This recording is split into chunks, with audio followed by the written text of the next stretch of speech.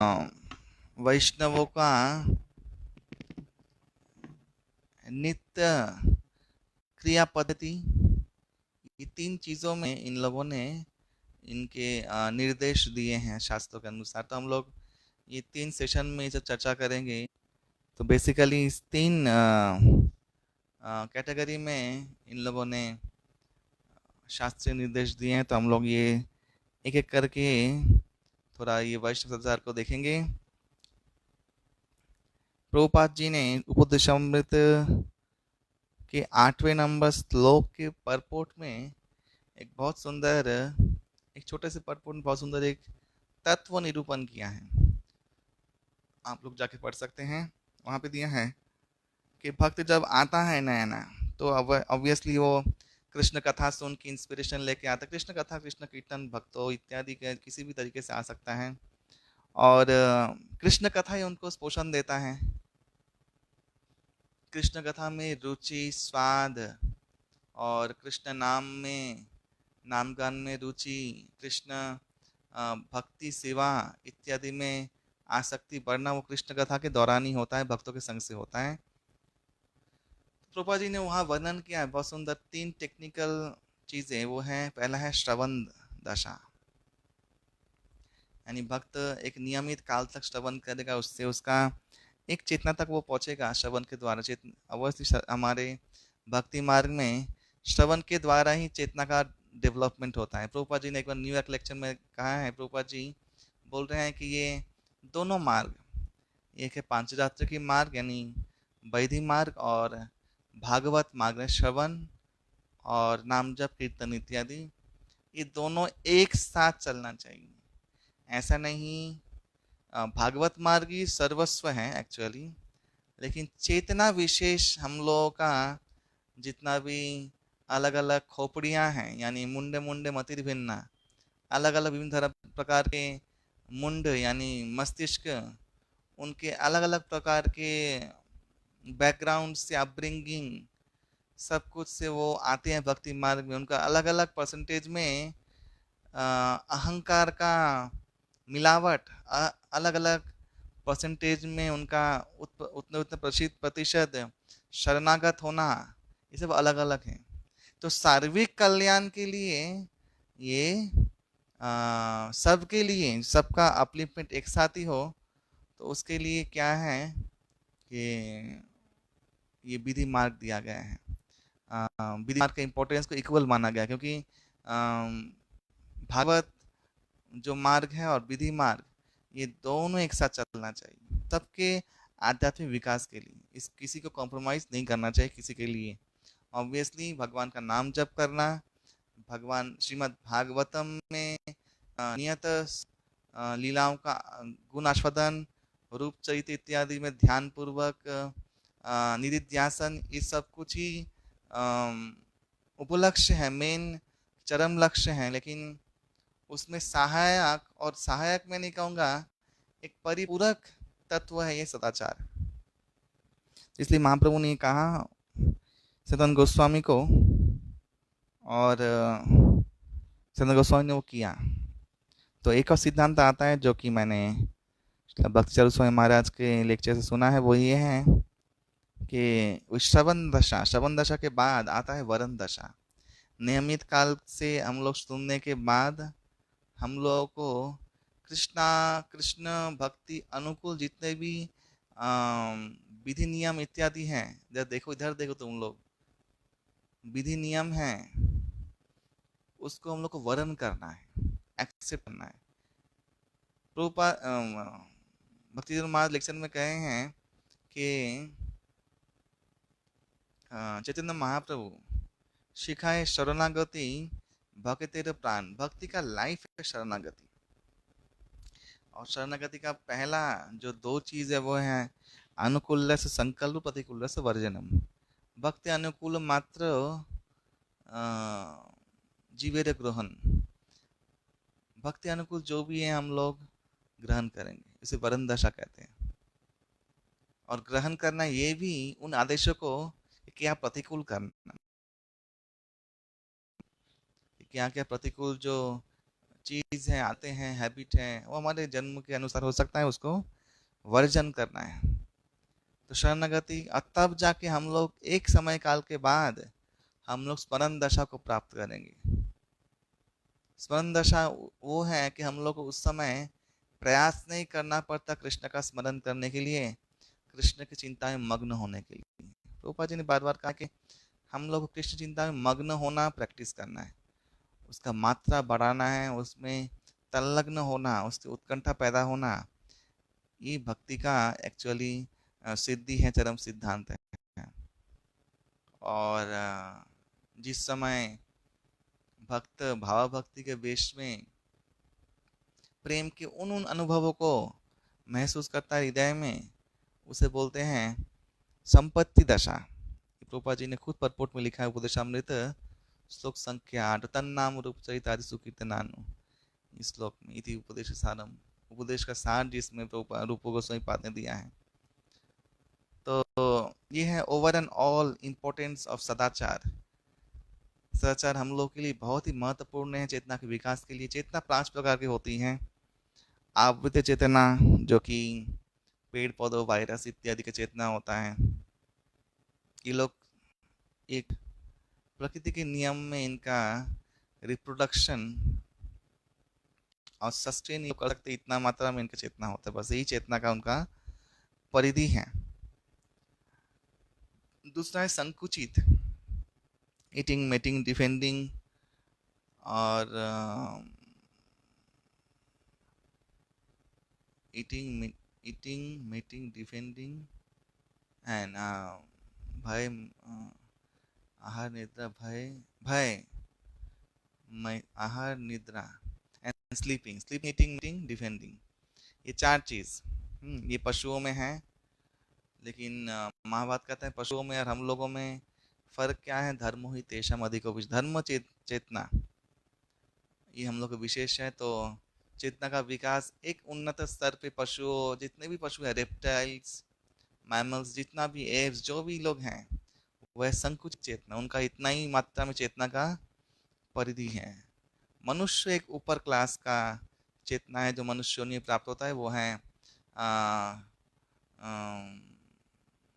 मुकुलित चेतना।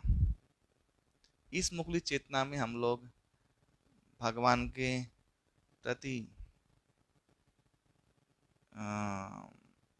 चिंता धारणा को जीवन में संजोग कर सकते हैं। और हम लोग ये चिंताधाराओं को चिंतन करते करते विकसित और पूर्ण विकसित चेतना को लाभ कर सकते हैं। तो हमारा एम है चेतना को विकसित करना और उसके ऊपर पूर्ण विकसित चेतना के स्तर पे जाना। तो सदाचार का सबसे इम्पोर्टेंट पार्ट है डेली लाइफ में हमारा नित्य व्यवहारिक क्रिया। एक उदाहरण मैं बोलना चाहता हूँ, जैसे तिलक करना। ये तिलक करना का बहुत महत्व है। बोलते हैं तिलक है श्री हरि मंदिर, तिलक देखने मात्र से विष्णु दर्शन का फल मिलता है। किसी के कपाल में तिलक हुआ तो किसी को कोई दर्शन करे तिलक लगाए हुए व्यक्ति को, तो उससे पाप मोचन होता है। ये सब ठीक है, लेकिन मैं सोचता हूँ जैसे गुरु महाराज ने हम लोग को निर्देश दिया है, अरे तिलक करना सबसे पहले खुद के लिए इम्पोर्टेंट होता है। जो वैष्णव बन रहा है, जो वैष्णव सिद्धांतों को पालन करने के लिए इच्छुक है, बाहर क्या पवित्र हो रहा है वो हो रहा है, वो तो हो रहा है, वो तो होगा, शास्त्र में जो है वो तिलक के प्रभाव से हो रहा है। लेकिन मेरे अंदर का तो चेतना को तैयार करना है, मुझे चेंज होना है। हाँ, मेरे चित्त वृत्ति को, ये हम लोग बंगाली में कहावत है, ये चरकाए तिल दवा। हम लोगों का सच में भक्ति में सबसे ज़्यादा अगर हम लोगों को कहीं ध्यान देना है तो हमारे खुद के चेतना डेवलपमेंट में। बाकी सब कुछ सेवा अर्थ से, कर्तव्य अर्थ से हम लोग करेंगे तो हम लोग को बहुत लाभ होगा आध्यात्मिक जीवन में। ये मैंने खुद के अनुभूति से मैंने कुछ सीखा है। तो खुद के लिए कि आप जो सदाचार पालन करने किसी और को लाभ नहीं देने वाला, ये आप खुद पर कृपा कर रहे हैं, खुद पर दया कर रहे हैं। ये हम लोगों को ब्रेन में एकदम डाल लेना है। हम लोग खुद इसका बेनिफिट ले रहे हैं। तो आज के इसमें हम शुरुआत करेंगे तो क्लीनलीनेस लेके बोलेंगे। सदाचार का मैक्सिमम जो पार्ट है वो क्लीनलीनेस के ऊपर है एक्चुअली। शौचाचार, अशौचाचार, अशौच बुद्धि और शौचाचार, क्या शुचि और क्या है मुचि, इसके विषय में इसका बहुत सारा व्याख्यान है। क्योंकि जो भी अशौची है इसका माने वो तमोगुनी, और तमोगुण माने लेजीनेस, तमोगुण माने चित्त की विक्षिप्त अवस्था, इसे विक्षेप कहते हैं। इसे जाड्य अवस्था यानी जड़ अवस्था और मन का विक्षेप हो, ये तमोगुण का प्रधान एक बैड इफेक्ट है, इल इफेक्ट बोलते हैं। तो वैष्णव सदाचार यानी भगवान की सेवा में आने के बाद इन सारे इल इफेक्ट को धीरे धीरे करके जीवन से, अपने लाइफस्टाइल से बाहर निकालना और सद आचार का आश्रय करते करते उस आचार को ऐसे अडॉप्ट करना, ऐसा हैबिचुएटेड हो जाना कि सोते सोते भी आपका वो ध्यान रहे। जैसे सोते समय हम लोग जब चेतना बाह्यिक रूप से लुप्त होता है तब उसमें मच्छर काटे हम लोग, लेकिन हमारा हाथ चला, सिक्स सेंस हाथ चला जाता है। ठीक ऐसे हम लोगों को मैंने सोते समय भी हम लोग को ध्यान रहे कि हम लोग का सदाचार क्या है, उस लेवल तक सदाचार को पालन करना। तो क्लीनलीनेस इसका बहुत सारा एस्पेक्ट्स है। हमारे नवजोत स्वामी महाराज एक बात बोलते, श्री श्रीमद नवजोत स्वामी महाराज, कि जिसका मन शुद्ध विचार में, शुद्ध सत्वगुण में रहता है या सत्वगुण में रहता है, उसका बाह्यिक सराउंडिंग में सत्वगुण वो चाहता है। वो जो लोग गंदे रहते हैं अवश्य उसका मन मलिन है, वो तमोगुनी प्रधान व्यक्ति है। ये मलिनता का बहुत क्लास हो सकता है। ठीक ऐसे उतने क्लास का स्वच्छता होता है। स्वच्छता वैष्णवों का एक ऐसा आचरण है, मैं जो बोलता हूँ कि जो स्वच्छ नहीं हो वैष्णव नहीं हो सकता, ये मेरा मानना है। जो क्लीननेस को ठीक ठीक उसके लेवल्स को फॉलो नहीं करता है, आई डोंट थिंक वो भगवान की प्रसन्नता के लिए कुछ सोचता भी होगा। हमारा भक्ति मार्ग का एक ही केंद्र है, हमारा विचार गुरु और भगवान की प्रसन्नता के ऊपर हम लोग प्रोजेक्ट मन में चलना चाहिए कि कैसे सेवा को एग्जीक्यूट करना है और कैसे कैसे ये सेवा करके कुछ वंडरफुल सृष्टि करना है गुरु की प्रसन्नता के लिए। हम लोग हमेशा बोलते हैं ना, जब बुक स्कोर बोलते हैं, जो मुझे याद है जुहू टेम्पल में, ये हम लोग का प्राथमिक एक चेतना होना चाहिए जो हमेशा रहना चाहिए। तो ऐसा ही है ये क्लीनलीनेस। तो आज हम लोग दो चीज सिर्फ के ऊपर ध्यान दें। कल मैं इसका डिटेल और बोलूँगा क्योंकि समय का अभाव है।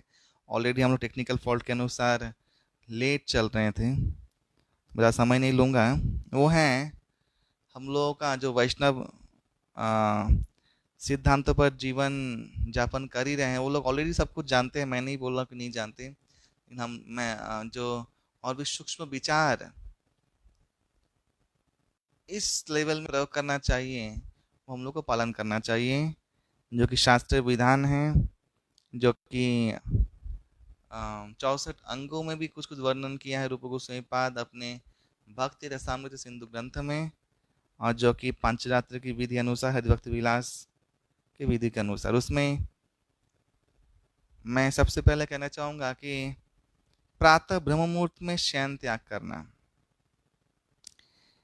ब्रह्म मुहूर्त आध्यात्मिक जीवन के लिए एक बहुत बड़ा स्टेपिंग स्टोन है। प्रभुपाद ने एक कोट में कहीं पे मैंने पढ़ा है प्रभुपाद का कि अगर आप सुबह उठ नहीं सकते, आपका आध्यात्मिक जीवन प्रोग्रेस का कोई संभावना नहीं है। ये मैं उन लोगों के लिए नहीं कर रहा जो ब्रह्मचारी लोग टेम्पल में रहते हैं या नो नेचुरली ऑलरेडी किसी के कहे या नहीं कहीं पर भी मंगलाती जाते हैं तो ब्रह्म मुहूर्त में ऑलरेडी उठ रहे हैं। लेकिन जो लोग सुन रहे हैं, जो घर बैठे हैं या जो घर में आध्यात्मिक जीवन प्रैक्टिस अभी तक कर रहे हैं, उनके लिए है कि ब्रह्म मुहूर्त में उठना ये शौचाचार है। ब्रह्म मुहूर्त में उठना, सुबह सूर्य उठने से पहले शैया त्याग करना, ये शौचाचार का सबसे पहला विधि है। यहाँ से दिन शुरुआत होता है। शुभाय अयमारंभ शुभाय भवतु, आरंभ ही शुभ होना चाहिए, तब जाके बाकी सब कुछ शुभ होगा। आरंभ शुभ ना हुआ तो आई डोंट थिंक बाकी कुछ शुभ होता है। सुबह ब्रह्म मुहूर्त में शैया त्याग करना और स्नान करना, ये एक ऐसा शौचाचार है जो ना ही आपके आध्यात्मिक जीवन को बल्कि आपके हेल्थ, आपके लेजीनेस में बहुत इराडिकेशन लाता है और हेल्थ को इम्प्रूव करता है, लाइफ लॉन्ग करता है। तो ब्रह्म मुहूर्त में उठना क्यों ज़रूरत है? क्योंकि ब्रह्म मुहूर्त में वो दिव्य किरणें या दिव्य कृपा हम लोग को मिलता है कि उस समय भगवान को देवता लोग भी पूजा करने के लिए आते हैं। सत्वगुण का जो गाढ़ता है वो ब्रह्म मुहूर्त में सबसे ज्यादा रहता है। और बोलते हैं कि नाम जप स्पेशली और भगवान का आराधना, ये गाढ़ सत्वगुण काल में अगर किया जाए तो मन में बहुत गंभीर डीप रूप से इंप्रेशन छोड़ता है। जो इंप्रेशन हम लोग को, जिसका इंप्रेशन हमारे हृदय में डीप रूप से पड़े तो बाकी इंप्रेशन पढ़ने में बहुत कष्ट होता है। तात्कालिक सुख होते हैं, जैसे फिल्म देखना, लोग फिल्म देख के उसके ट्रॉमा में चले, ट्रांस में चले जाते हैं। ऐसे मेरा भी, मुझे याद है मेरे कॉलेज मेरी बहुत ही यंग एज में 1995 की बात है, दिल्ली में था तो हम आपके हैं कौन मूवी में गए थे। तो कुछ दिन तक उसका ट्रॉमा था, एकदम ट्रांस, उसका इम्प्रेशन डीप पड़ गया था। उसके बाहर कोई इम्प्रेशन इतना जल्दी हृदय में आ नहीं रहा था। ऐसा कुछ भी चीज़, उदाहरण, उसका ट्रॉमा होता है, एकदम ट्रांस होता है एकदम। तो बाकी कोई भी और कुछ जो इम्प्रेशन है बहुत कठिनाई होता है उसका उस समय उसको काट के अंदर घुसना, हृदय में या मन में घुसना। तो आध्यात्मिक जीवन में तो ये चीज़ और बलवान है। तो हम लोग जब आध्यात्मिक क्रिया करते हैं यानी भगवान का आराधना, स्पेशली आरती, इसे मंगल आरती करते हैं और नाम जप, उस समय मन शांत होता है, सृष्टि शांत होती है, वातावरण शांत होता है। वातावरण में सत्वगुण का एक अद्भुत, एक ब्लिसफुल, एक अनुभूति होता है। और उस समय अगर हम लोग स्नान करके आध्यात्मिक चिंतन में ज़्यादा मग्न होंगे तो उसका इम्प्रेशन हमारे हृदय में बहुत गहरा पड़ेगा। क्योंकि तब चेतना हम लोगों का, एक तो सो के उठते हैं, हम लोग का ब्रेन भी रेस्ट लेके उठा है और पहला काम ही क्या कर रहे हैं? भगवान का नाम चिंतन, भगवान का रूप ध्यान।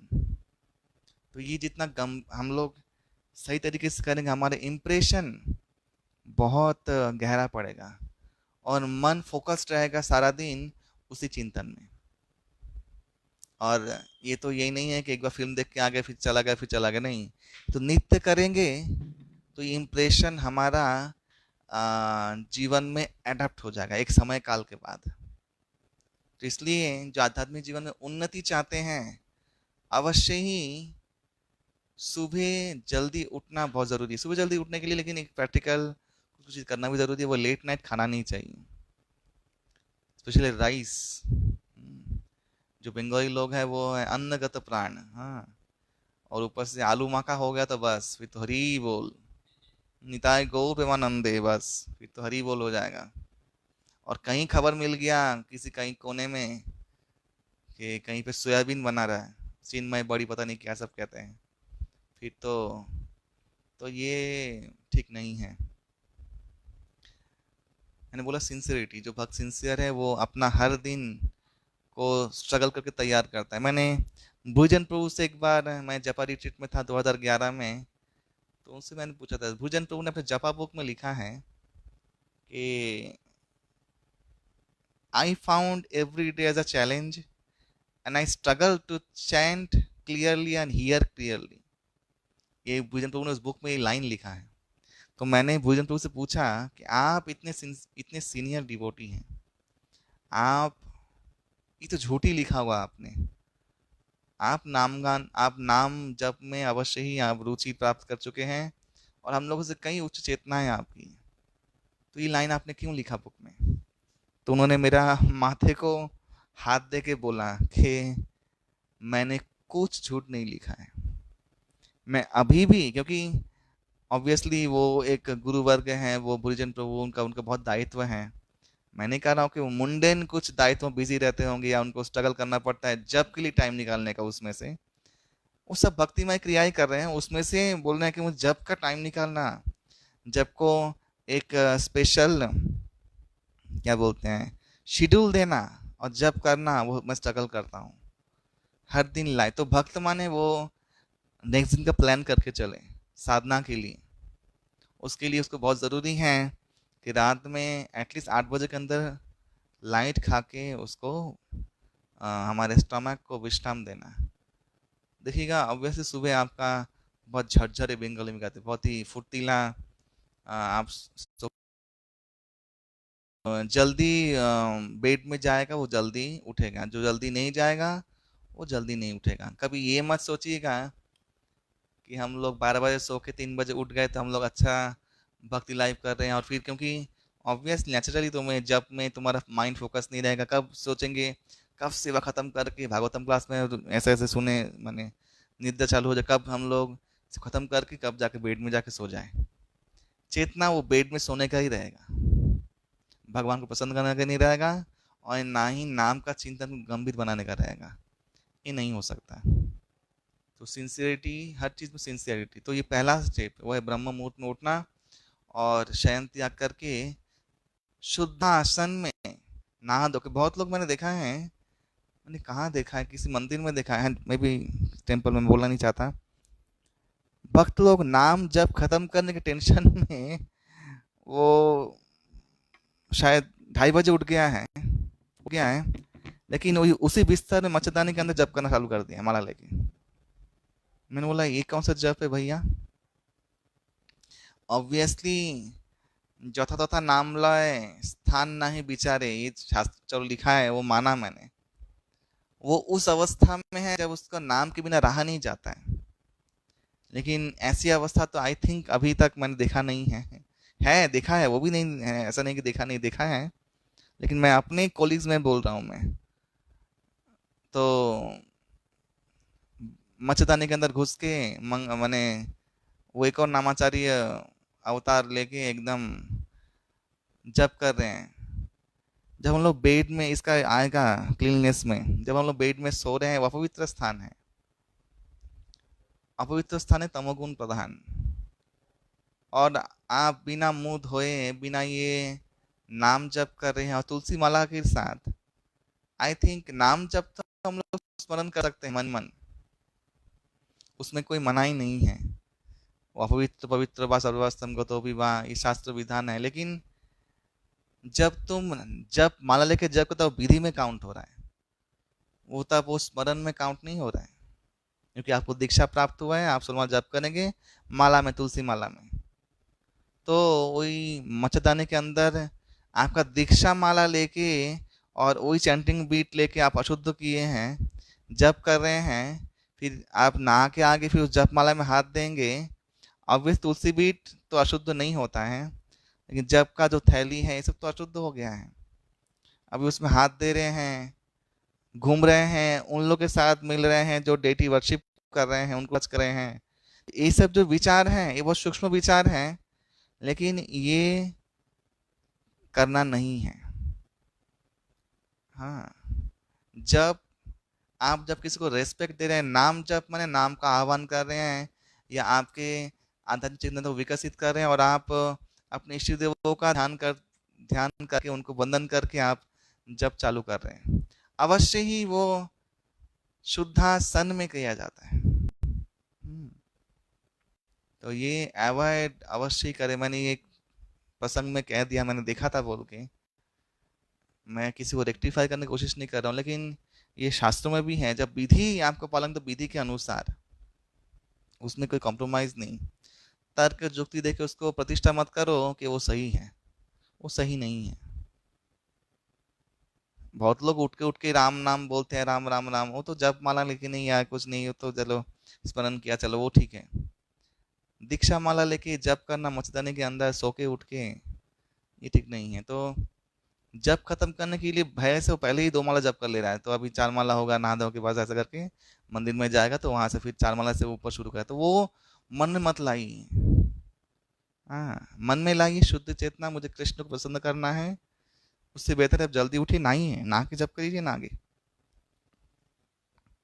तो जब शुरू कीजिए, कोई प्रॉब्लम नहीं है। लेकिन ये कांड मत कीजिए, ये ठीक नहीं है।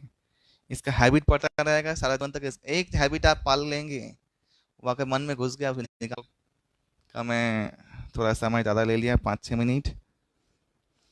तो कल हम लोग फिर इसका और डिटेल चर्चा करेंगे, बहुत फास्ट। आज एक्चुअली कुछ लॉजिकल समझाना था, तो इसलिए हम लोग थोड़ा सा भूमिका ज़्यादा लिया, और कल और सेकेंड पार्ट में हम लोग इसको कंप्लीट करेंगे। और आप लोग अवश्य कमेंट दीजिएगा, अगर आपके प्रश्न हो तो मैं अवश्य ही प्रश्न का उत्तर दूंगा, कुछ जानना हो तो। और कल हम लोग ऑन टाइम में रहेंगे, और हम लोग इसका आगे का भाग चर्चा करेंगे। बहुत बहुत धन्यवाद आप सभी का। हरे कृष्णा।